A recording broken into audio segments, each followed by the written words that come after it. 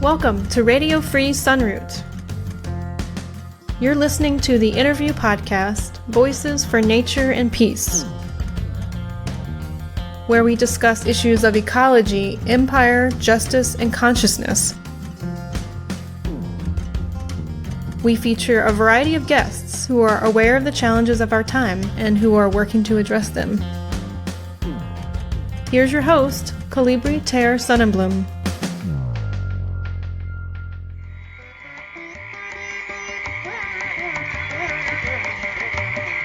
Right-wingers descend on Portland, featuring Blank, a street journalist.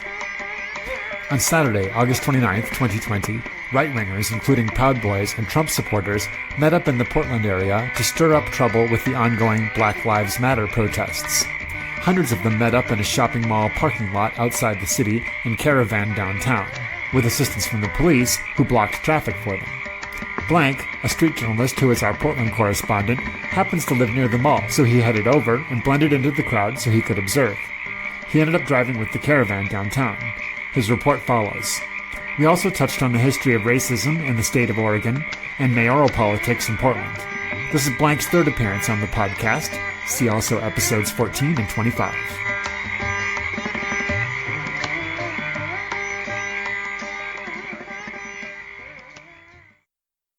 So it seems like there's really big news that just is coming out of Portland right now.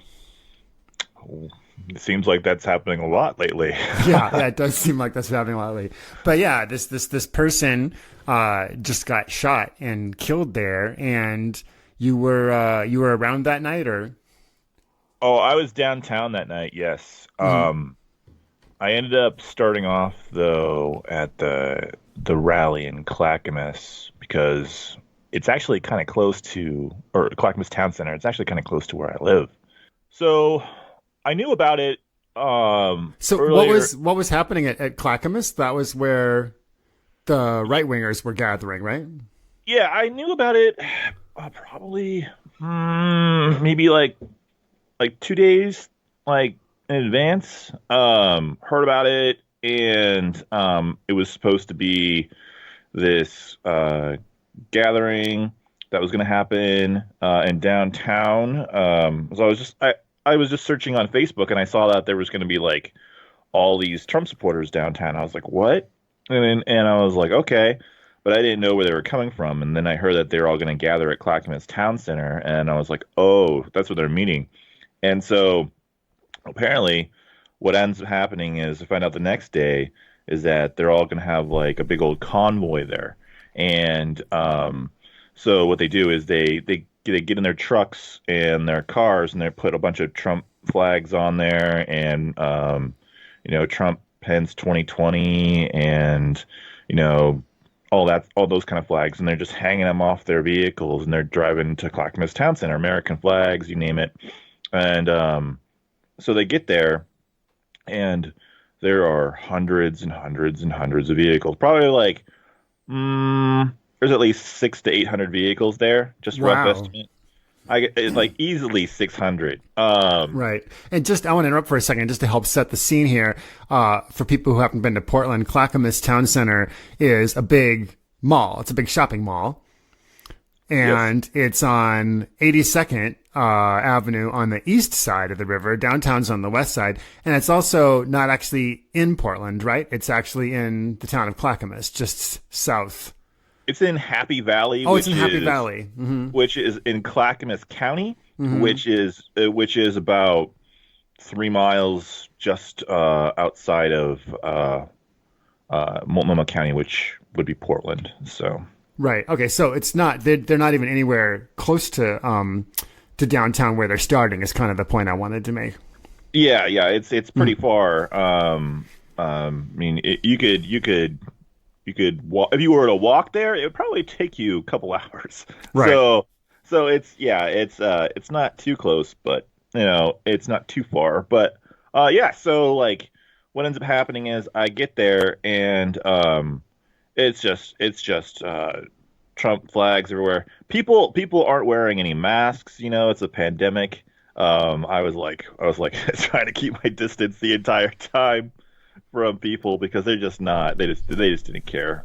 It was not happening there. And So you know, you were there and and you were like like you were being stealthy, like you were just like trying to fit in and not be noticed. yeah, I was just a guy in t-shirt and jeans, basically. Right. Okay. So you weren't there like as a counter protester to them or something like that. You were there like, yeah, in a different way. Yeah, yeah, and I was actually streaming from my phone. Oh. Mm-hmm. And I was showing a bunch of people what was going on, because nobody was really on the ground. There was another guy who was streaming, but he was on the opposite side of the political spectrum, and I'm just like walking around showing people what's going on down there.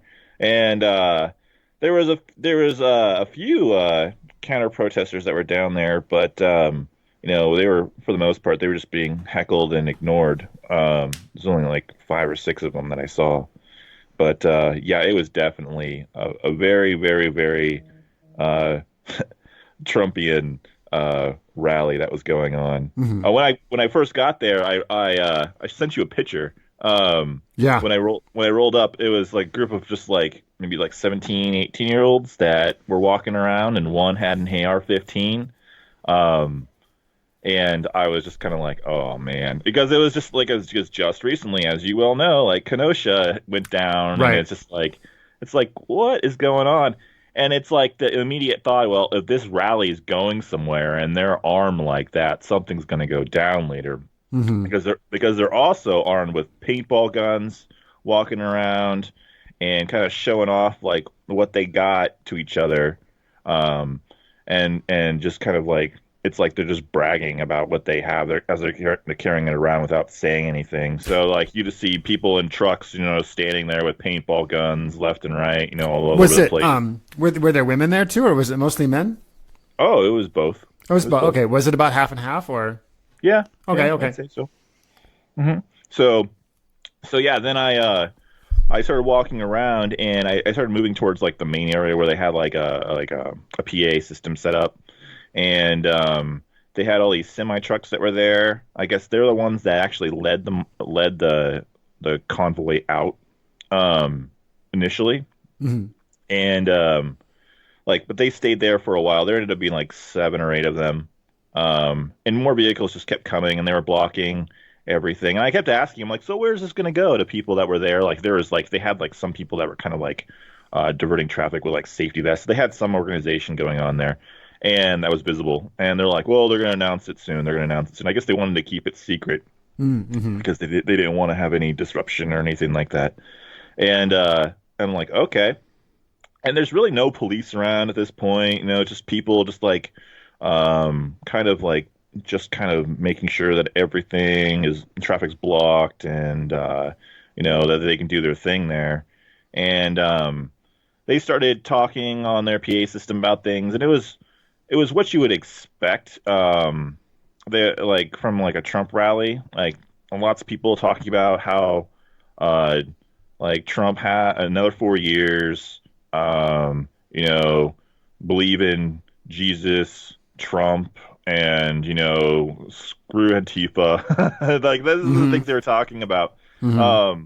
Yeah, you just had people like trying to recall Kate Brown there, the governor of Oregon. Mm-hmm. All this stuff that's going on. Like it's just like, yeah, it was very interesting to see like how it was going on.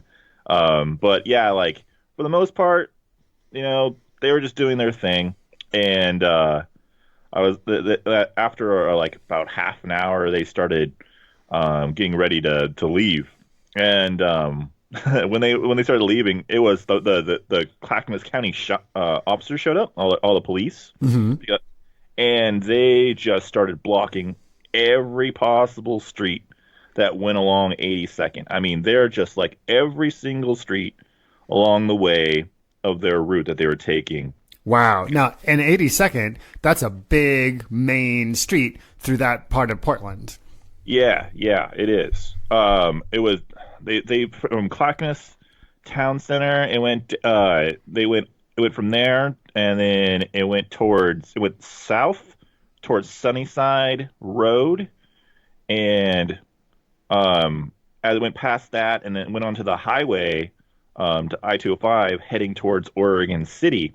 And um, and as that was going on, um, as Clackamas County Police kind of you're just going past them, and in the car, and there's like they're all in one lane. So there's one lane that's open, and then there's one lane where there's just all of these vehicles with Trump flags, all these trucks with Trump flags just flapping in the wind, and you have people that are on the other side going the opposite way, and they're sticking their middle fingers out and saying "F you," and then there's some people that are like honking their horns in support, and that was a common thing to see a lot of. But I'm just like watching it, and I'm like, whoa! So I'm just following them, So and you got in a vehicle and just joined the convoy. yeah, I was just following it because I'm like, okay, let's see what happens, Right. because I was just curious and where they were going, and I'm kind of reporting on where they're going to Oh, people totally. too, because nobody knows what's going on. Like they had published a route, and the information was starting to come in, so I was like, okay, I'm just gonna follow them and see what happens. So as we're continuing to go down until we got to about Sunnyside Road, I'd say probably about a good half a mile, um, or sorry, quarter mile. There was like they had every single the Clackamas County cops had every single street blocked, and then they were diverting traffic at intersections. They were flagging people like different ways to go. Like they were just keeping traffic flowing, and then Which is typical of like a permitted parade that the police or law enforcement would do that, but we don't know if this was actually a permitted parade or yeah. not.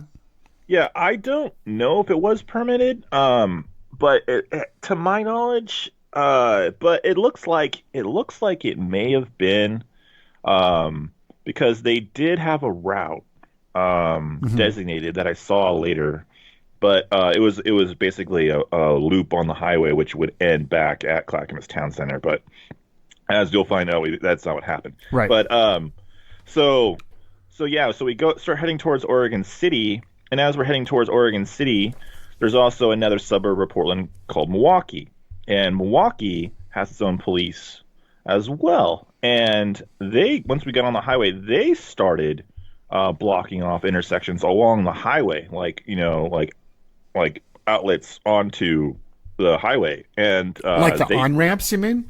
yeah, they were blocking all the roads so that the convoy of cars could go by, even though there's like one lane. Wow. And yeah, so they were blocking, and it was just a show of police, you know, and you got the impression that the police were there because they were showing their support to all of the Trump supporters that were going down.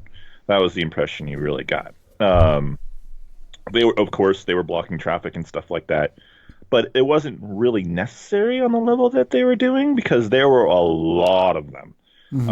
It was kind of like a parade almost, the way it was. So yeah, so we started driving through there, and eventually we get over. We're heading west now, and then as we're heading towards Oregon City, you have to turn at McLaughlin, which makes you start heading north, and that's towards McLaughlin starts going into the city. And so we get there, and there's really no police presence too much. There's a few that are over by Johnson Creek and McLaughlin, which is right over in the Sellwood area, if you know where that is, Right. over by the Sellwood. Yeah, okay. But so we're heading down McLaughlin, and at this point, they're kind of like the line of vehicles is kind of stretching out, and there's more traffic that's starting to get involved, and you start seeing more people start cursing at them as they get closer to the city, Right. and people sticking out their middle fingers and calling them all kinds of expletives and stuff like that, and they're just laughing, and then they're yelling back at it, and they're thriving on it. It seemed like they were just like loving the attention. And I'm just like, wow. I'm just sitting there watching, and I'm like, I hope nothing happens to me. But I'm just like in here just watching it in my car, just going down the road, and we get close to we go over. We're still going down, and we go down McLaughlin, and we get past the Ross Island Bridge, and we're really into getting into Portland now. As we're going down Grand, it's like there's a bunch of stoplights there, and traffic is really coming to a crawl. And I guess there's just like people that are on the sidewalks as we're going by this area that are just holding out signs, that say Black Lives Matter, people that are like out there like protesting them from the sidewalk, yelling at them in different places. It's like one here, two there, one there, maybe three there, but it's starting to become more and more and more. And like traffic was basically at a standstill at that point for a while, for at least 5-10 minutes. So people are really having dialogues with each other and yelling at each other, and that was pretty interesting. Mm-hmm. But at this point, there's really no police presence. And as we're getting into Portland, until we got to about, I guess they were trying to go over the Morrison Bridge, mm-hmm. but that didn't work out because there was protesters that were there that were waiting for them. So that didn't happen. So they went up to the Burnside Bridge then, or? Well, they ended up getting onto the highway. They ended up going onto I-5. Oh, wow, okay. From there. But before that, like, I guess what happened was, I saw a video of it. There was some people that were from the convoy that got out of their vehicles because they were just trying to head straight into downtown, and they saw protesters on the bridge. And they got out and were fighting the people that were there. Actually, before the police showed up, there's like two guys that were fighting. One guy is known as Trumpet Man, who he's out there all the time with a trumpet, protesting, and he's been arrested several times by police. And then another Trump supporter that was out there, they were just, having a fist fight basically on the bridge. Mm-hmm. And then there was a bunch of counter protesters that were there. And the police showed up and then blocked off that whole area. And then by the time I got there, they had already pushed people over to the side of the bridge on the little sidewalk that's there.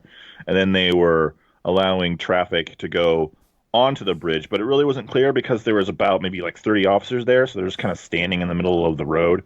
And then most of the Trump convoy was going on to I-5 at that point. And then once they got onto I-5, they started heading north towards the Fremont Bridge. And then they got on the Fremont Bridge and they started heading into downtown along I-405. And it was all right. It was a little bit slow once you got towards the tail end of the bridge going into downtown.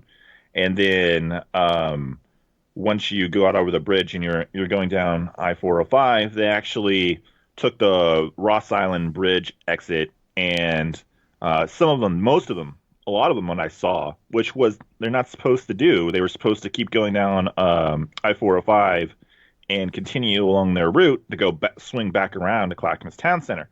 But they didn't, and they diverted and they went into downtown. And so I'm following them and getting to downtown, and they're just kind of driving in there, and you can just kind of tell like they're waiting for something to happen. Like you could tell like people were like, I heard a few conversations from people saying, "Oh hell yeah, well where are they?" Like they were looking for, Antifa, anti-fascists, and stuff like that, because they wanted a confrontation. They were looking for a confrontation. So I was like, all right. So I got to a certain point where I peeled off from them downtown, and I went over to the Chapman Square, which is across the street from the federal courthouse, the Marco Hatfield federal courthouse building. And I parked. And at this time, I saw a few people that were at the Clackamas rally that were down there that were counter-protesting. They had arrived back at the park over there from the federal courthouse. And they were like, yeah, they're just kind of like sharing experiences and talking to people. And people are starting to trickle in slowly into the park. And there's probably about maybe like 50 or 60 people. And at this point, and you're seeing the Trump trucks go by. They got all their American flags and their Trump 2020 banners waving in the wind, and they're just going around in just circles and stuff like that. And I guess they ended up there were so many of them, they ended up disrupting traffic so bad downtown that they ended up boxing themselves in, kind of like trapping themselves for a while. So they're just like downtown all over the place, not moving. And as that is going on, there's more people that are slowly coming into the park, and more people that are coming, and more people. And it got to, I don't know, maybe around 150 to 200 people before they started really messing with anybody over there in the park. And when they were doing that, they'd drive by and they would fire mace out their windows. They would just shoot mace out their windows, and people also had mace, and they'd shoot mace back at them. But it wasn't until those people first shot mace at them that they responded. And I saw a few other times where people would fire mace at the Trump people would fire mace at the Antifa people, and what ended up happening was people had paintball guns in the park, and so they would shoot their trucks with paintball guns as a deterrent for them to get out of there and stop spraying people. And it was like, oh wow! So like they got paintball guns too, and there's really no police around. I mean, there's really nothing like going on at this point. They're just not around. And later on, you see a few vehicles where they're just kind of like patrolling and checking things out. But other than that, there really wasn't anything that was going on. They were just kind of like hands-off approach. And like later on, you start seeing the rapid response wagon. It's where all the cops kind of like they just jump on the side. They got like a running board they all stand on, and like there's like 20 officers that stand on the vehicle, like on the SUV. Yeah, they were riding around. And they were just kind of like doing their thing. But I generally stayed in the park, and while I was there, there was one guy, I guess, that was standing in the street, and they just jumped off and they just arrested that guy, like just threw him to the ground and just arrested him. They were just trying to like show people that they weren't messing around, maybe trying to intimidate people. So they just arrested that guy, and then like they're like gone in like 3 minutes. They just take off, and then more Trump people come by, and then they start spraying mace, and like so people start reacting, and there were people that were in other cars and other vehicles, not just the trucks, that were yelling at people, and they were causing problems, and protesters were like blocking them from going a certain direction. They're telling them to back up, and they don't want to back up. And then they'll start, saying stuff, and there'll be a confrontation that'll happen, and it was very, very tense a few times. And while this is going on, I'm still at the park. You're hearing fireworks that are happening all over downtown and stuff like that. And so, I'm like, okay, whatever, just fireworks are happening. But apparently down the street, there was a shooting that happened. It was like 3 blocks from me. And 2 blocks from me, and that's where that one guy who's been identified as a Patriot Prayer member was shot. So that happened while I was over in the park. Didn't realize it at the time, but I'm out there, and there's a lot still going on, and you start noticing that there's people saying, "Hey, there's stuff going on down here. We need to go down here and see what's happening." There's a bunch of cops, so I ended up going down there and checking it out, and there was another streamer that I know, and he was down there, and he mentioned that he told me what happened. He's like, some guy got shot, they're like he's not moving, they're like they put a blanket over him, like he's like, I've never seen that happen before. That guy is deceased. He's like, and I'm like, are you sure? And he's like, yeah, that guy he's passed away. And I was like, oh crap.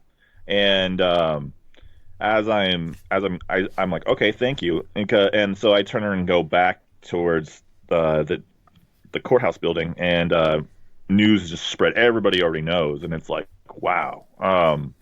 And yeah, there was nobody knew who the guy was. People thought that it was um, like an Antifa person had gotten shot by like the Proud Boys or something. Nobody really knew. Nobody. It wasn't clear, you know. But it turned out to be this Patriot Prayer member who associates with Proud Boys and other things. He actually gave an interview in, I think, 2017, where he was talking about Jeremy Christensen and the stabbings on the Max train, which is a light rail system here in Portland. Right. And there was two people of color on the train, and he started saying racial stuff to those individuals. And some people got up and said, "Hey, you can't do that." And Jeremy Christensen was drunk, had a knife, and he ended up stabbing 3 people, killing 2 of them. And this guy who was shot is in this video talking about how those people deserved it. And you know, they got what was coming towards them. So that's the kind of mindset of this guy who got shot. So, and he frequented these protests, these right-wing protests, all the time in Portland. He wore a Fox hat that everybody kind of knew who he was. But I guess he wasn't doing it on this evening. He was wearing a Patriot Prayer hat. So Right. You had seen him before yourself? Yes, yeah, I've seen him before. I never had any direct dealings with him, but I've seen him like in close proximity too. But yeah, so I'd seen him around. But yeah, as the night kind of went on, people were just kind of standing there and sitting around, and more Trump people were just kind of going by, trying to like pick fights and stuff. And then at one point, they all just kind of left, and there was like no more downtown. But then you start hearing reports about how they're all going to get their guns and they're going to come downtown and they're going to take people out in retaliation. And it's like, wow, okay, this is not the place I want to be.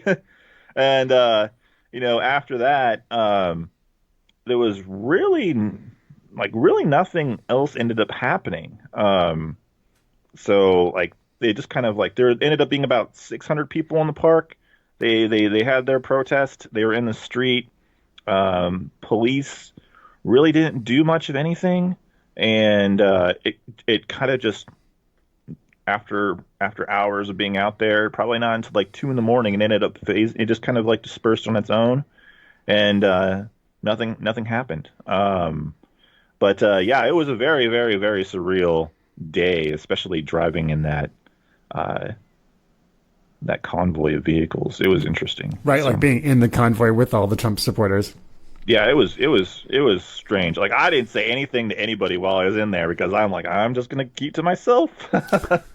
but just like being in that and watching, like you could tell like it was like they were in their own world. It was just like, yeah, it was very interesting. So yeah, so yeah.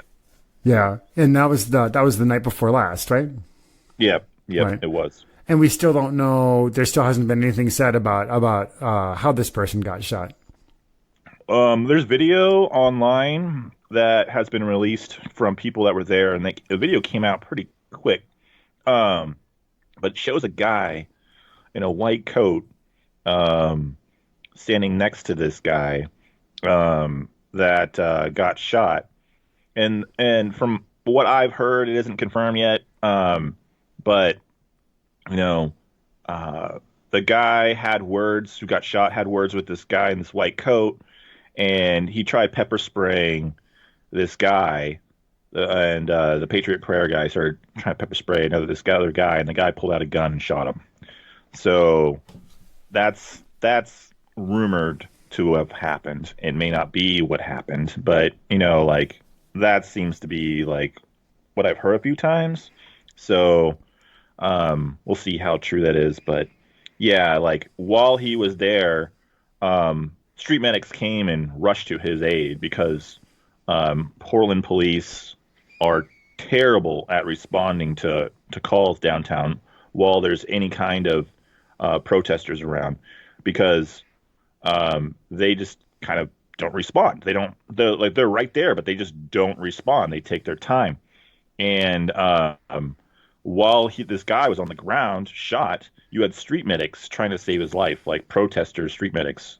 It was actually an African American woman who responded first to him, who was trying to keep him alive, while he's on the ground, shot. And then finally, the police showed up. It took them like 10 minutes to show up. And they're right there, So it was like really. But yeah, like once the police got there, they brought over all of their medics, and they had a team of people surrounded, and they blocked off the area, and it was a lot of police officers after that. They had the whole intersection blocked off. So right, because they had one of their own was down. Yep. Yeah. I saw something on social media today that was a post from a street medic there, and the woman was saying that she was there responding to that person, trying to help the person who was down, and that she was pushed away by police, and that there wasn't any other medical attention then given for a while after that. Yeah, that's probably accurate. And that he died during that time was her impression, and so yeah, that was the police refusing to accept some help, that was going on there, and then possibly to the cost of that man's life. Yeah, the police do not like anybody who is affiliated with any of the protesters downtown. It doesn't matter if they're a street medic. They've arrested them. They've harassed them. They've assaulted them. They don't really care. I mean, and these are people who are actual trained professionals. They're EMTs, nurses in some cases, that are coming out and taking their time to make sure that people are okay at the potential risk of losing their jobs. So because they want to make sure people are okay. And so these are licensed people most of the time that are highly trained out there doing this stuff. So yeah, I can see that happening, like how the police would push her away. I think there's a photo of it actually where she's like, pleading with them, saying, "Hey, I'm trying to help this guy," and they're pushing her away. There's actually a photo of it. So yeah. Yeah.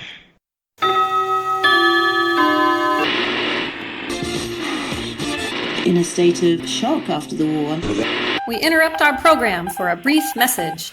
If you appreciate this podcast, please consider supporting Colibri on Patreon. Just go to patreon.com/Colibri. That's KOLLIBRI. And now, back to our regularly scheduled...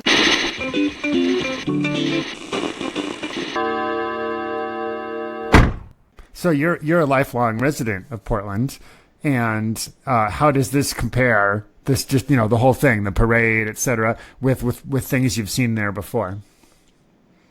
I've never seen that many Trump supporters in one place before in my entire life, especially around Portland. I guess it was bound to happen at some point, but I was just kind of like astonished in a way. I'm like, whoa, because I'd never seen anything like that. But another thing I noticed, it was clear to me that none of them had seen anything like that as well. And it struck me as like a lot of those people don't really go to Portland or had never really been around, don't really go to Portland on a regular everyday basis. Like they're from the surrounding area, but they don't go to Portland. So it was kind of interesting. But they were clearly emboldened by their numbers and going down there, and they were hyped up to go downtown and create a conflict. I mean, that was pretty clear. So unfortunately, because they were there to create conflict downtown, they found it, and the end result was somebody getting shot and killed. So yeah, it was not good. Right. So this would have been folks from. Are you guessing from the suburbs of Portland or further away, or like maybe Vancouver, Washington as well, or? There were definitely people that came all the way from Washington because I saw a lot of Washington license plates on their Okay. vehicles. Yeah. And I'm guessing those are like Patriot Prayer people. A lot of people that were affiliated with them. But yeah, it seemed like a lot of people that were from the suburb area around Portland. A lot of them. But I can't say for certain. It seemed like it definitely did seem like it because like a lot of the people that I was walking around hearing from, they're like, "Oh yeah, I've been to Portland in a while. You know, this would be a good time to go because we're all going together." You know, like I heard a lot of that kind of conversation. So, but yeah, it was pretty interesting. It did seem like there was a lot of people that just were from the outside area around Portland that were, gathering up to go in together. So that's what it felt like. Right. Because Portland, has a reputation that it deserves for being very liberal, and for having a radical element as well. But it's also true that once you get just outside of Portland, that ends pretty quickly. Like Multnomah County, where Portland is entirely within. Portland is entirely within Multnomah County, isn't it? Yeah. Yeah. Went like what, 75, it usually goes 75% to the Democrats in a presidential election. So it's like that. But then, yeah, you get out to Clackamas and Washington counties on the outside, and it's a different story already right there. And it's not 75%, once you get right there. No, it's like 50-50, like right away. I mean, yeah, it's pretty interesting. It changes really quick.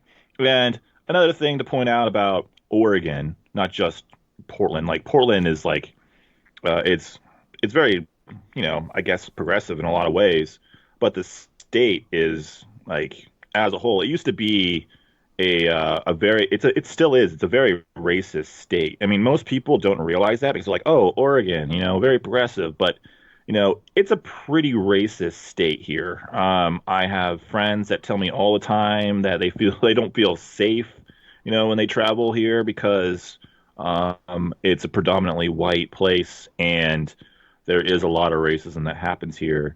And you go into places like Clackamas County, it is very, very in your face. People don't care. There's still plenty of nice people, but you're gonna run into a lot more of that in Clackamas County or Milwaukee or any suburbs around Portland compared to being in Portland. It's kind of like it's in its own bubble in that regard. But it's and that's kind of stuff is like, you see it at a Trump rally too. It's mostly white people. Like the state of Oregon is like 97% white.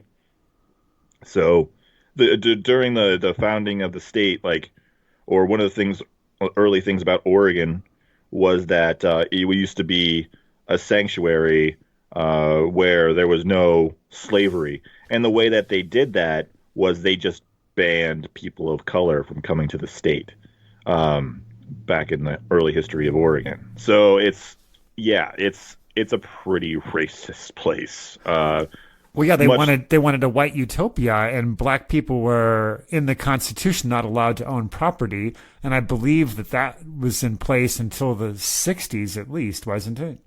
I think so. And it's so,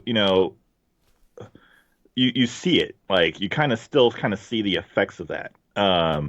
And it's around. And for people not to acknowledge that, or know about that, I kind of find it disheartening because it's important to know about the history and especially about what's going on in your local area and to acknowledge that that's there so you can change that, And, I just find that a lot of people just don't know about that kind of thing. And I'm like, how do you not know? like how?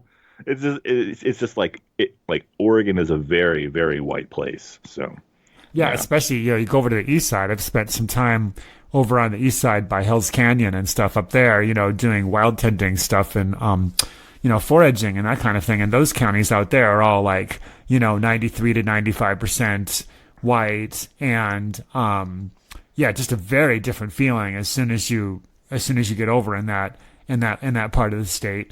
And you hardly see anyone who's not white there, Yeah. And I mean, And then, the people who you're most likely to see who aren't white are going to be agricultural workers, That's true. especially in the Willamette Valley, because like Woodburn is that town that's just south of the Portland area, just kind of just outside out of the suburbs there. And that's an agricultural town that's actually majority Latino at this point. Yeah, and they still, if they're just like day laborers and stuff like that, they actually, are still being taken advantage of. Just like in California, for example, like it's the same here in Oregon as it is down there. And I mean, they're just trying to get by, and I mean, it's crazy. Like there's still like a lot of like social injustice and just a whole bunch of like classism going on, and it's a pretty stark thing to see, but it's there, and it's important for people to acknowledge it. So, but when you see like all of these Trump supporters that are there, kind of just like, it's okay, this is the way things are going to be, we're going to do this for another 4 years, you're just like, oh my God, it just makes you like facepalm and see, you're just like, man. Yeah. So it's just like, it's like, Jesus Christ. And it's just like everything. They're just like, so what? Like they're just like, they don't care. They're like, they just don't care at all. They're just like, whatever, you guys just are fake news, kind of thing. It's like everything that's going on that's wrong right now is because of those guys over there. And, it's not us at all. So, just no responsibility. Nobody takes any responsibility, it seems. Right. So. Right. Yeah. No, the history of, I think you're totally right that the history of Oregon is so important to know. And there were white crosses, posted in a lot of the cities and towns in Oregon at one time too, all up and down the Willamette Valley and down into southern Oregon. And Eugene still has its white cross. Oh, really? Yeah. It's in a park, and you can see it from downtown. They kept it, for historical reasons or whatever. And you keep driving down that way, and like down in southern Oregon by Grants Pass, down there by Medford, you'll find White City. I've been by it, but I've never been. I went through there once, and yeah, it's well named, and yeah, that's just a corner of Oregon that just kind of feels it just feels sketchy, Yeah, down there. I believe it. Yeah. And then, and so like, while we're like talking about all this, and like, the whole reason behind it is because, it's to point out like Black Lives Matter, right? That's why they're having these protests, because, they are targeted and they are marginalized, more than like any other ethnic group. Like in Oregon, like especially with like all these protests have been going on, the data has been coming out. The police have been arresting majority of people of color, more so than white people. Right. And Portland is like 95% white. Like it's like, wow, like most of your arrests that you're doing are African American, like Latino, like what why, like. So, there's still like it goes to show like what they're targeting and what they do, and like how it's ingrained like systematically in like what they're trained to go after. Like that's what the police that's who they target, and it just shows like it's another microcosm, of the whole bigger picture, And so, and then I guess another thing that's actually happened yesterday was the Governor Brown released a statement saying that she has a plan to control everything and bring peace to the city. And what she did is, it goes through a bunch of points, but one of the main points, I believe it's number 5 on there, was that that now Clackamas County, Milwaukee, and a few other counties are going to be indemnified in Portland while they're in Portland. Maybe 4.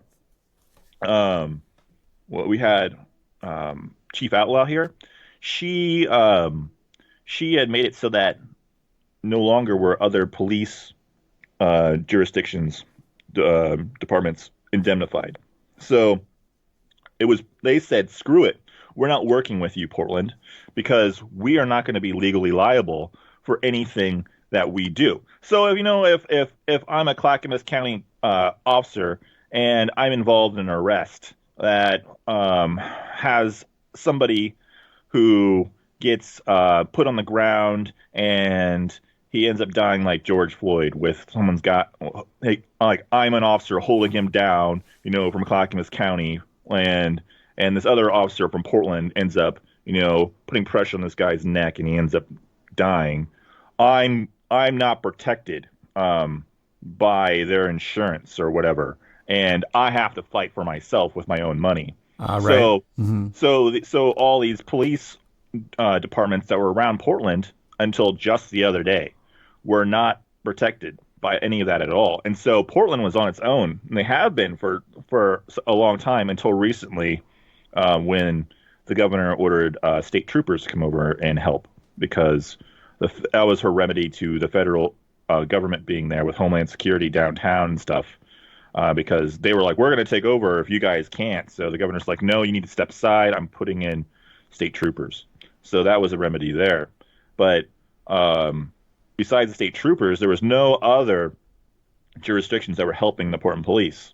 They were answering calls and doing other things while police are responding to protests, which Portland police like to say, hey, it's going to take longer wait times. But there's another thing about that I'll touch on in a minute. But yeah, like, now that all of these jurisdictions now are indemnified, they can come down and with impunity basically beat the crap out of people. So it's going to be interesting to see what these other departments do, because it's like, oh yeah, now it's their turn, like they're going to get a few, hits in before this is over. So it's kind of like, this is not good. So that's definitely bad news that she's decided to do that. Yeah. I mean, if you're looking at from the other side of the tracks, you're like, yeah, that's going to bring in, law and order or whatever. But it's just going to, I fear that it's just going to escalate things more. And it's just going to ratchet things up, because like the harder the police have come down on protesters, the more they've ratcheted things up. So at some point, something's going to happen.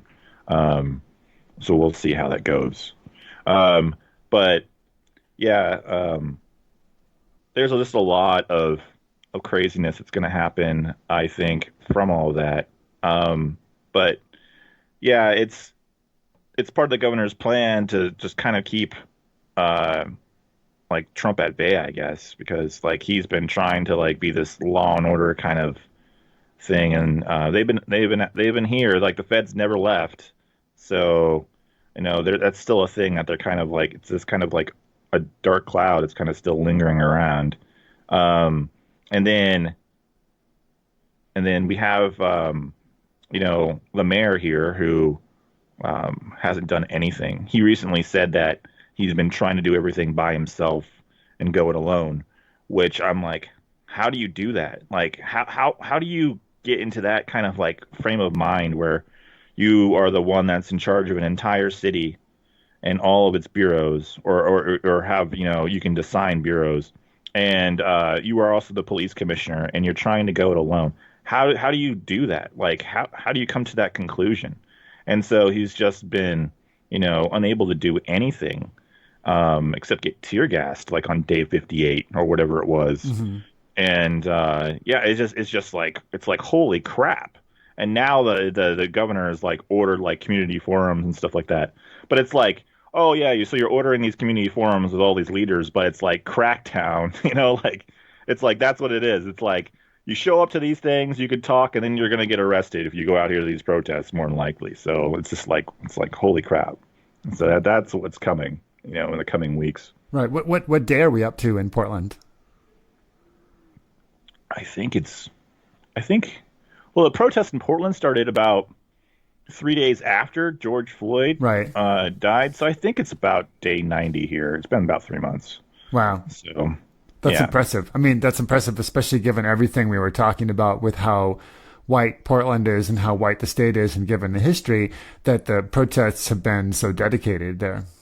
Yeah, this is like I was talking to a few other people, and they said they never seen anything that's been going on this long. I mean, it's 90 days in, and it's still going on. Right. So, Right. yeah, no, yeah, and it's because like there's been the demands of the people that are out there are saying, hey, you need to step up and you need to make some changes, and they made like a few token like things, like they really didn't do much on the state legislative level. They did a few things, but it's the only big major thing they did on the state level was making it so that the police unions couldn't, and the police bureaus couldn't use court appointed arbiters to reinstate officers that had been fired for doing whatever they been found guilty of, or of doing.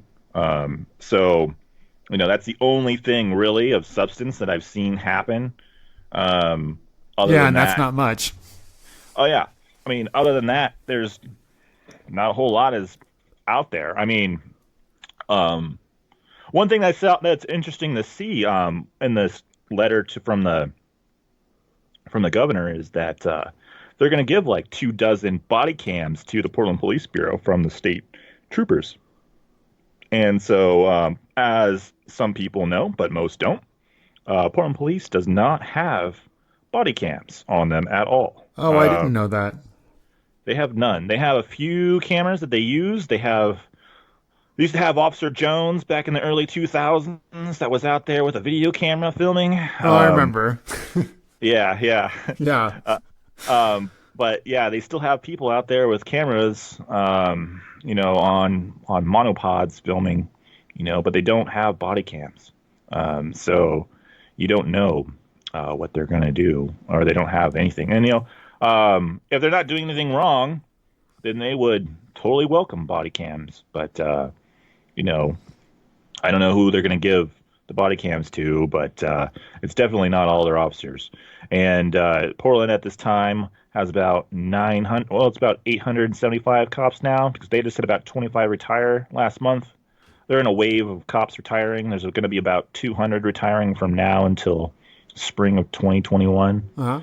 So, and they only are allotted 1,004 officers. So they're at 875 now, and that's going to go down to about 700.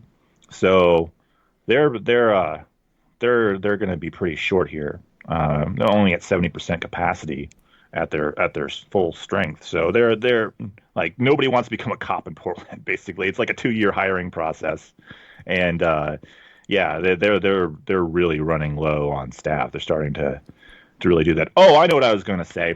So back to my point earlier, about the police, with the response times and things that I was talking about. They actually do. The Portland police are not allowed to legally go on strike.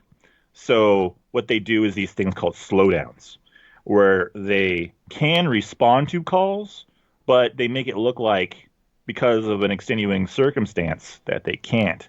And so they use that as an excuse to slow their response times down by 50%. Whoa, or that's more. a bit. Mm-hmm. Yeah, they do that. And that's their way of putting pressure on the mayor and making it look like, hey, we can't do our job because of this situation we don't like. And that's how they try to negotiate, basically. Because if they're responding slower, lots of people in the city that are having valid public safety issues aren't getting the response times they need. And so, when something happens and they really need the police there, for whatever reason, those people are calling because those people they want police there. Everybody has a different opinion of the police, but when they're calling for them, they don't show up, even though it's a priority call, until much later, because they don't like the way the mayor is letting protests go on downtown. That's what they do. Right. So, they're just playing games. Yep. Yep. That's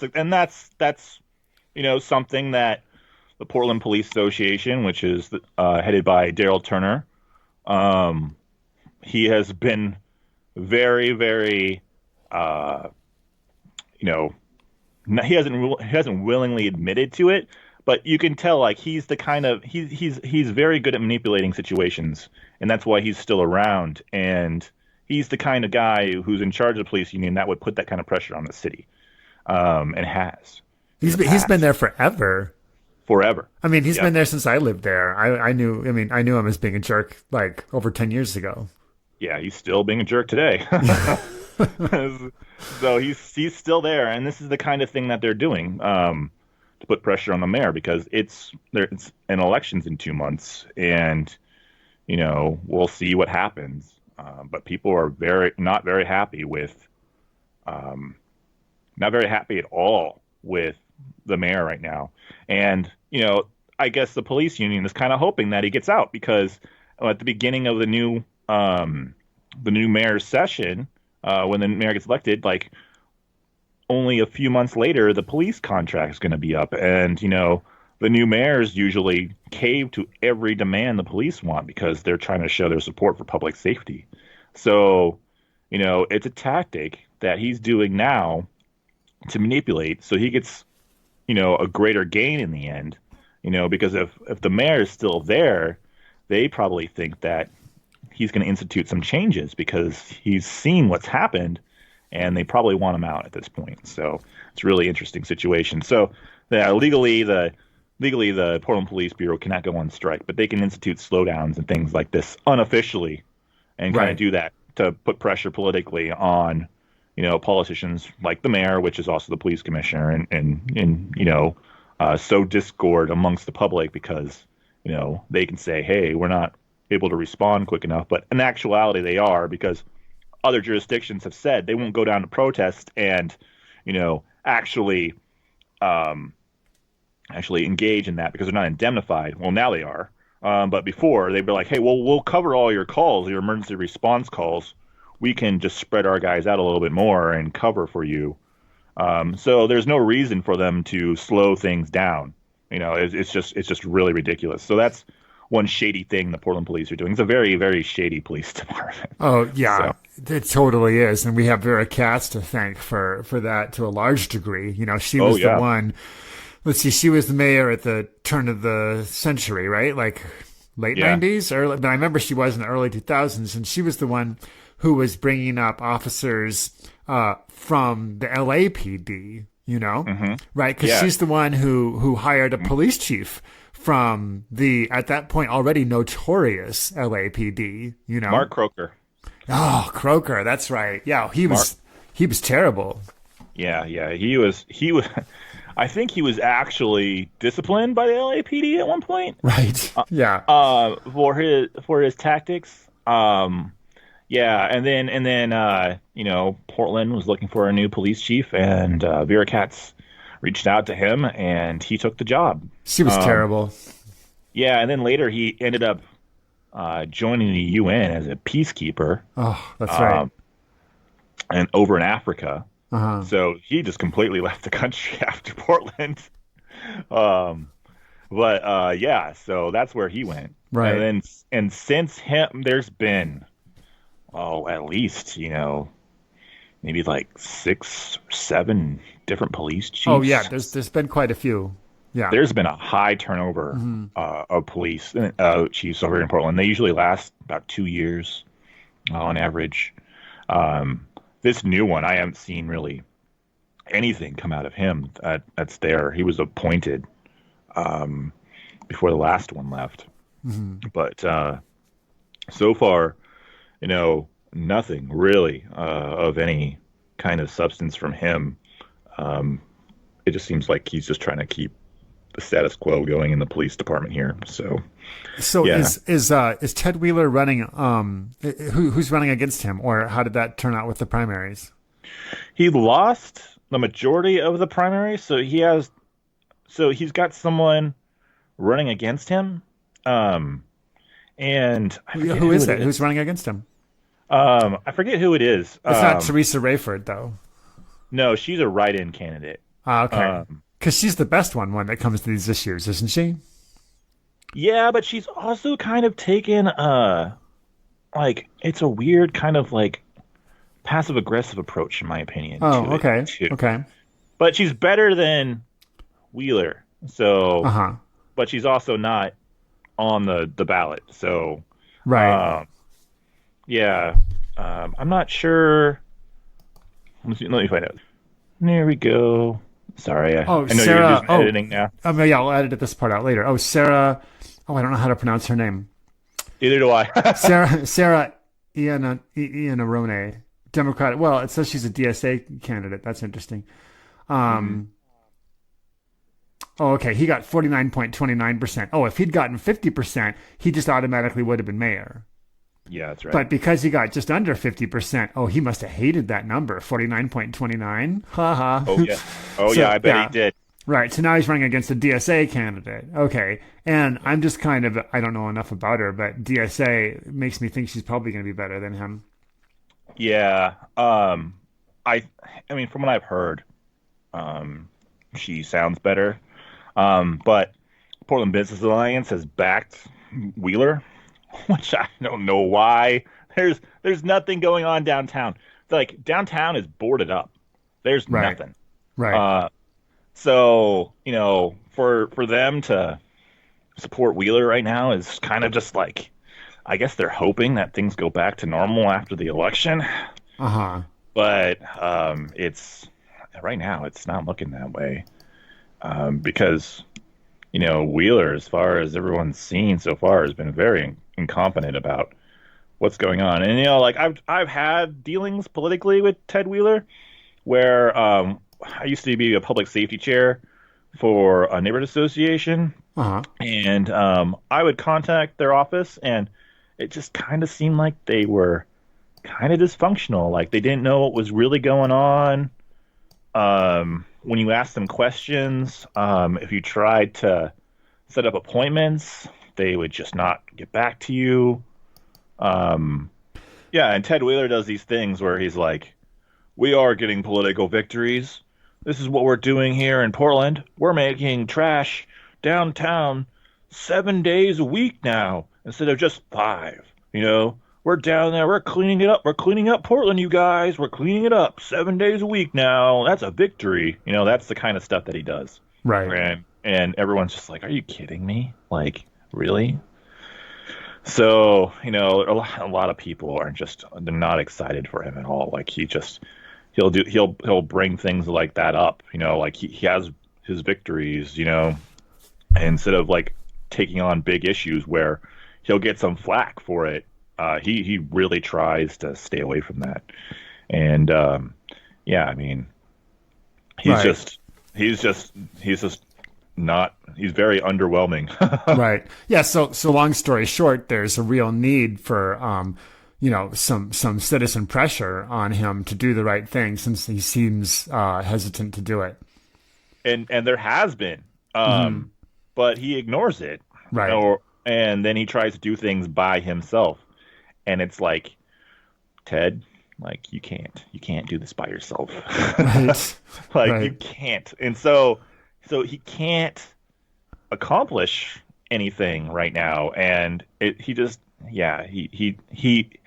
ends up you'll see him go one way, and then he'll get hit by the resistance from the other side, and then he kind of stops going that direction that he was trying to go to get some good change, and he just kind of like ties his hands in knots and then just stops. And I've just seen it happen too many times.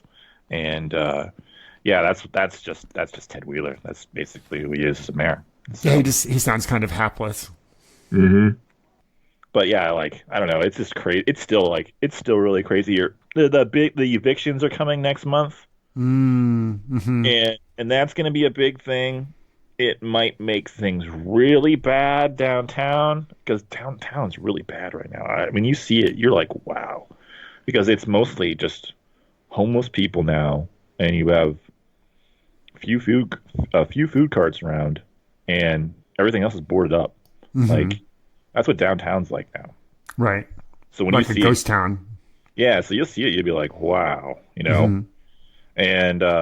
it's pretty nuts. But yeah, like people are getting their eviction notices because they can't pay those back months worth of rent, and yeah, they don't want to get or they're just moving out because they don't want to get the eviction on their record, so that they have a harder time finding a place to live. Because as you all know, like it's hard to find a place, in Portland if you're looking.